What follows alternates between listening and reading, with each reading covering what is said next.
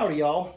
I'm going to apologize to you all in advance if I seem slurry or slow or tired, because I'm all of those things. I am exhausted mentally and physically. For those of you that don't follow me on social media, me and Breezy had our first child on Friday afternoon, April 22nd.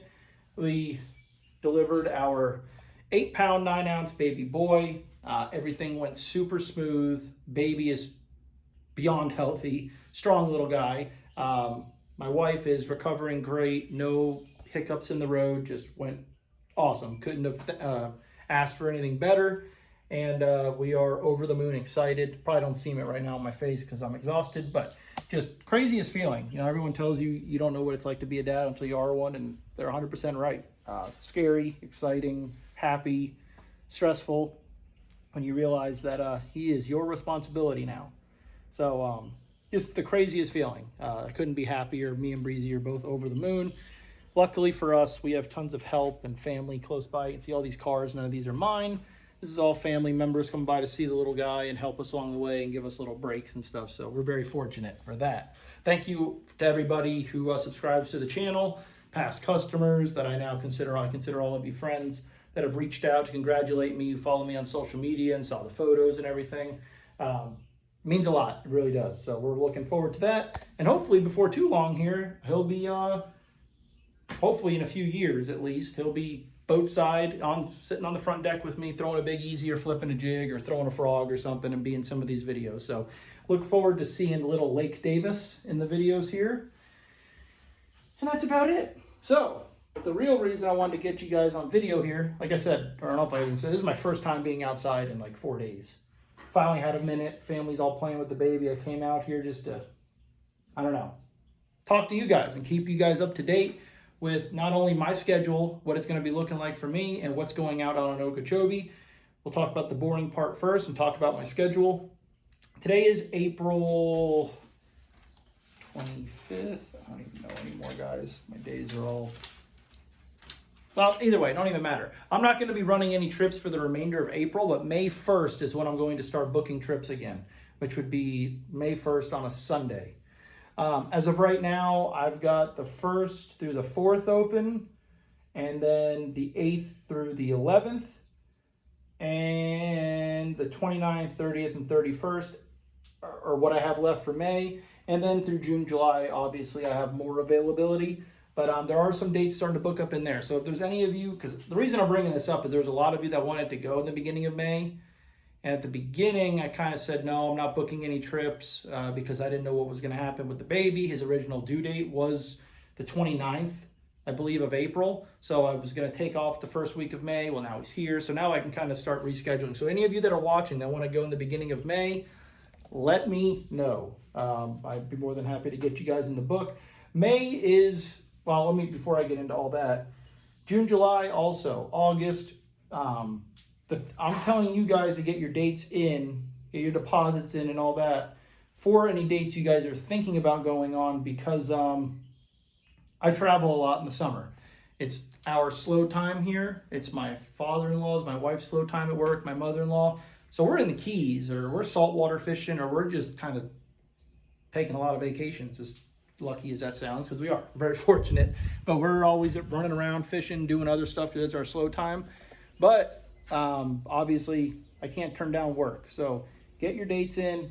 I'll try to line it up and we can go. Now, getting back to kind of what time of year we're coming into, May, June, July, and August, Lake Okeechobee gets like a bad rap that this is not the time to be down here. I don't know if it's because of like the traffic, right? Anytime the FLW Tour, the Bassmaster Elites, or MLF come to Florida, they start their season off here. The only reason they do that is because the rest of the bodies of water are freezing cold and they're frozen over. So they start their years here. They don't start it here necessarily because January, February, March are the best times to be down here. And that kind of shows you what advertising does. When FLW started their tour every year in Clewiston, and it was usually in February. And I think most people, February is the busiest month for us guides out here. And I think a lot of that has to do with the, the advertisement the lake gets from the tours and the professional guys that come here in the beginning of the year. They think, well, they're coming there in February, that's the time to come. Lake Okeechobee is great 365. It's just different. So February is great. Fish are among beds, they're spawn, they're pre-spawn, they're fatter, they're probably going to weigh a little bit more. But May, June, July, and August are almost easier. It's a lot more consistent. For us guides, in February, we might find fish at point A on Tuesday, and by Wednesday morning, there won't be a fish there for another 2 months due to water quality, due to bait movement, due to grass die-off. Now in the summer months, our weather is a lot more consistent down here in South Florida. It's going to be hot, not really going to be much wind. Any wind we get is going to be either out of the south or the east. We're probably going to get thunderstorms every day between 1 and 3 o'clock. It's a lot easier to keep up with what the fish are doing. So it's one of my favorite times for that. It's a lot stressful on us guides, but also you can catch them almost any way you want. There's a little bit of everything going on. Summertime, you're gonna have a lot of fish out on the outside edge schooling. 100 fish days, 60 fish mornings are definitely not unheard of. Throwing a rattle trap, throwing a white swim jig, a spinner bait, throwing a spook, throwing stuff, schooling fish baits where you can catch a ton of numbers. This is when that happens 9 times out of 10. Great fun, great way to get kids involved. Once the sun comes up, it does turn into a grind, but you're throwing a frog, you're swimming a big worm, you're catching them. You can kind of catch them any way you want, but the best ways to do it are the most fun ways, in my opinion. So the other thing is these fish they're hungry, their metabolism's moving, running, the water level's dropping, the bluegill are moving up. Those big ones are in that shallow water up there trying to eat those bluegill, and they're dumb at the end of the day. So not as much boat pressure. The fish are hungrier. They need to eat more. So your odds are way in your favor if you come at this time of year. That's why I like it. The fish are dumber. They're aggressive. And there's no one on the lake. All the snowbirds, everyone goes home and gets out of the heat. Listen, from May through August, for the most part, I usually only recommend a 4-hour trip. If we have some overcast conditions or some breeze, we'll run a 6-hour. But typically a 4-hour morning, you're done. Because at 10 o'clock, not only is it 150 degrees, the fish aren't biting, it's stagnant, it's hot. And then by 11:30 or noon, the thunderstorms start rolling in. So that's usually what you can look forward to. You're going to tell me you want to fish 8 hours. I'm going to tell you you're going to be ready to go after 4. You're going to tell me I'm wrong. And then at 10 o'clock in the morning, you're going to be like, all right, Cap, well, let's go. It's hot, for those of you that don't know. So get your dates booked up. The summertime, even though it's not our busy season, that doesn't mean the big ones aren't out there to bite. It's my favorite time of year. Now, for those of you that are just wondering what's going on Lake Okeechobee exactly right now, it's firing off. I haven't been out there. I've been dealing with my newborn son, but it took 28 and a half to win a little club derby just here on Saturday. I know of multiple 30 to 34 pound bags that have been being caught on the lake literally every day. People are catching them. Giants are in. There are some late spawners in. There's people catching spawning fish. A lot of people catching them schooling. A lot of people flipping the big jig, which I want to get out there and do. Catching them a bunch of different ways, like I just mentioned.